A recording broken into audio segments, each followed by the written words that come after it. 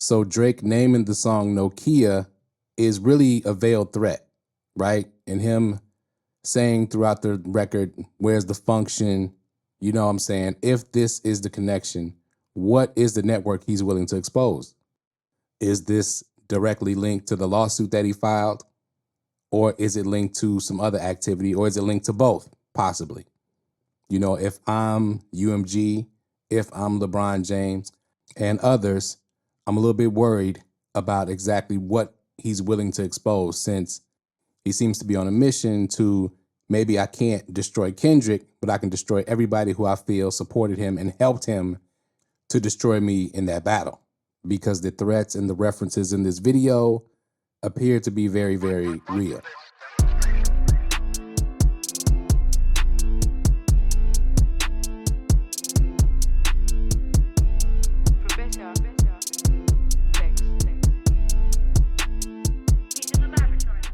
All right, let's get right into it. So in the video that Drake dropped for his hit song Nokia on the album Some Sexy Songs for You with Party Next Door, there are many references to not only his battle with Kendrick Lamar, but many of the people that Drake sees as his ops that sided with Kendrick Lamar during the battle in 2024.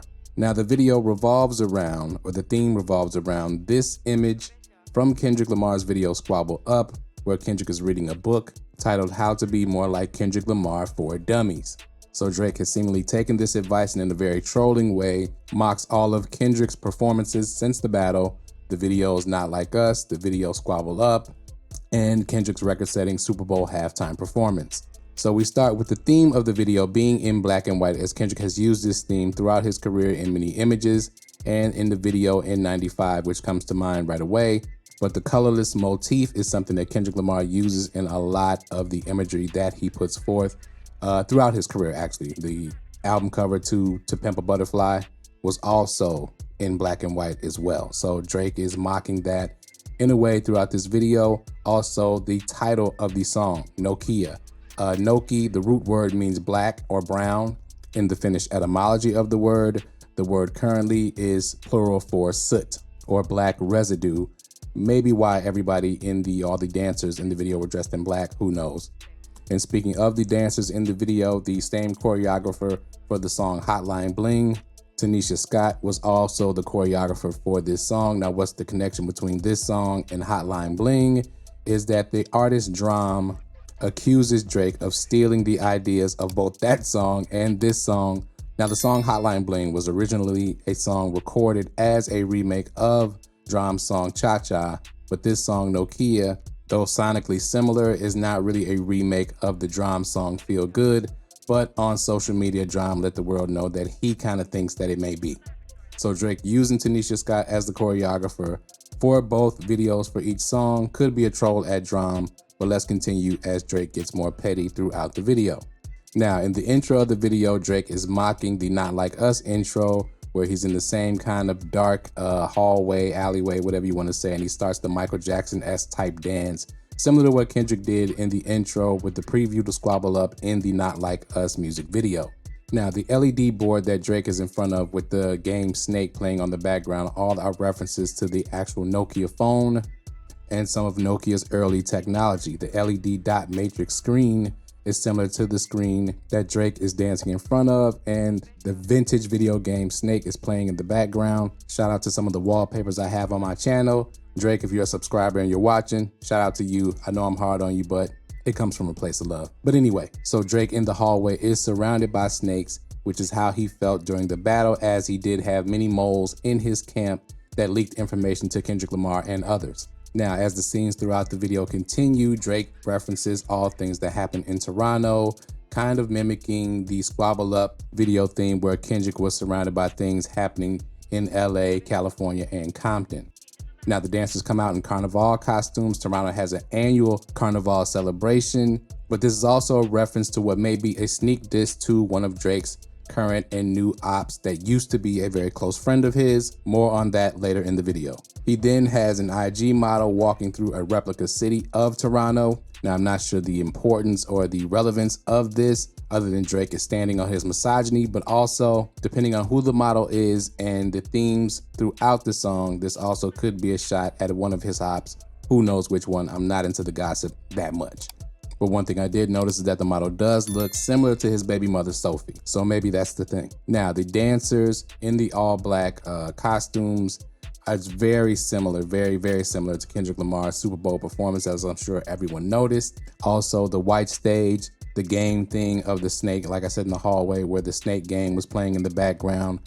All of that are references to Kendrick Lamar's Super Bowl performance. So with the snake game playing in the hallway as Drake walked through, Drake in a way is saying the game is still on, as Kendrick Lamar ended that performance at the Super Bowl saying game over. Now there's also a shot of NBA MVP and Toronto native Shai Gilgeous-Alexander. Of course, this is a reference to Kendrick Lamar using DeMar DeRozan in the Not Like Us video, and DeMar DeRozan as well as LeBron James, who also showed support for Kendrick Lamar, were very close friends with Drake. So I think that Drake is using a Toronto native in the video like Kendrick Lamar used a Compton native in his video to take shots at both NBA players, and there are more shots towards at least LeBron James in the video, but more on that later. Now, the hoodie that Shai Gilgeous-Alexander is wearing is by the brand Vafinkulo, who also has a sponsorship with Drake. Now, Vafinkulo, the word, means an insult expressing a violent rejection of one's attention or consideration, or even angry aversion or resounding rejection.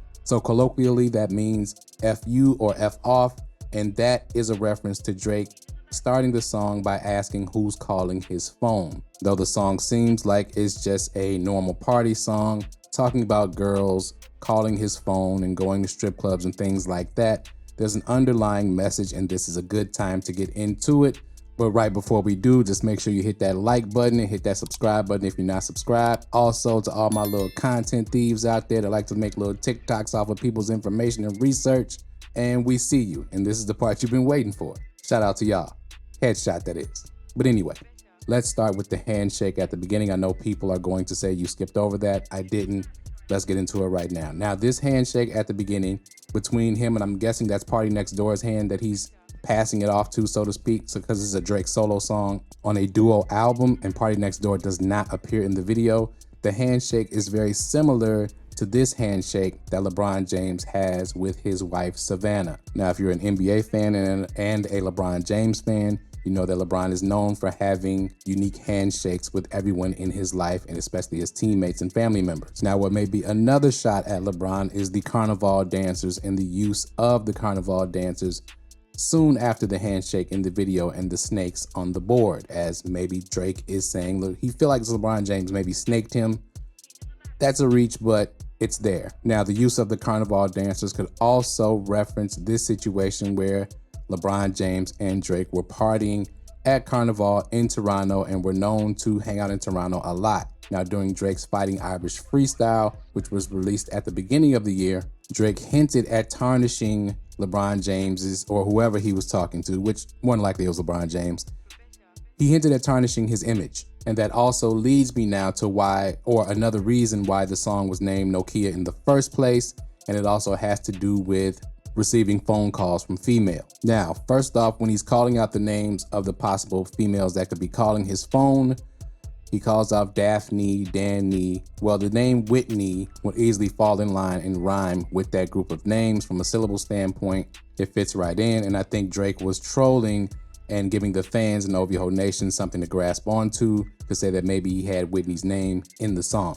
But then he starts to say, where's the function? Where the F's the function? He keeps repeating that. Now, that doesn't rhyme with anything in the song, so he could have really put any kind of word there to describe a party. But also in the video, he has that phrase going across a Zeppelin, okay? Now, a Zeppelin was a large German airship of the early 20th century that was used during World War I for reconnaissance and bombing. Now, after the war, they were passenger transports. The most famous Zeppelin is the Hindenburg, which we know crashed, killed a bunch of people, and that was the end of anybody using Zeppelins from that day forward. Now, reconnaissance missions is about getting information. So when Drake says, who's calling my phone?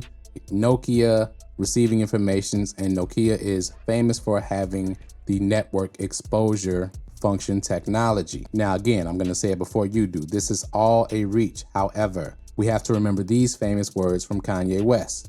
Drake don't do a diss like outright diss song where it's a headshot. He's gonna set it up like war. He's gonna do stuff like live 5 blocks down the street from you. You're gonna like go and, you know, DM every single girl in your family, every single girl around your family, right? So Drake naming the song Nokia is really a veiled threat, right? And him saying throughout the record, where's the function? You know what I'm saying? If this is the connection, what is the network he's willing to expose? Is this directly linked to the lawsuit that he filed? Or is it linked to some other activity? Or is it linked to both, possibly? You know, if I'm UMG, if I'm LeBron James and others, I'm a little bit worried about exactly what he's willing to expose, since he seems to be on a mission to, maybe I can't destroy Kendrick, but I can destroy everybody who I feel supported him and helped him to destroy me in that battle.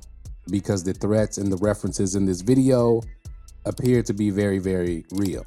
Again, when these artists do things, we know by now, when these artists do things, when they put things together, you know, it took a while for them to release a video for this record. You know, the record had been popping and bubbling on social media. It's been about a month that it took them to put a video together for this record. They don't just throw anything out there. There's a meaning behind, there's a lot of thought behind what they're putting out, and we know Drake's back is against the wall. So I think things are about to get messy. Also, the final scenes in the video where he has the owls on the cell tower, okay? Again, going back to the Zeppelin reference, and Zeppelin's being used for reconnaissance missions, right? At the end of the Not Like Us video, we know the owl was in a cage. Kendrick had put the owl in a cage. Well, Drake has freed the owl and the other owls, and they're on a reconnaissance mission because they're on those cell towers getting information.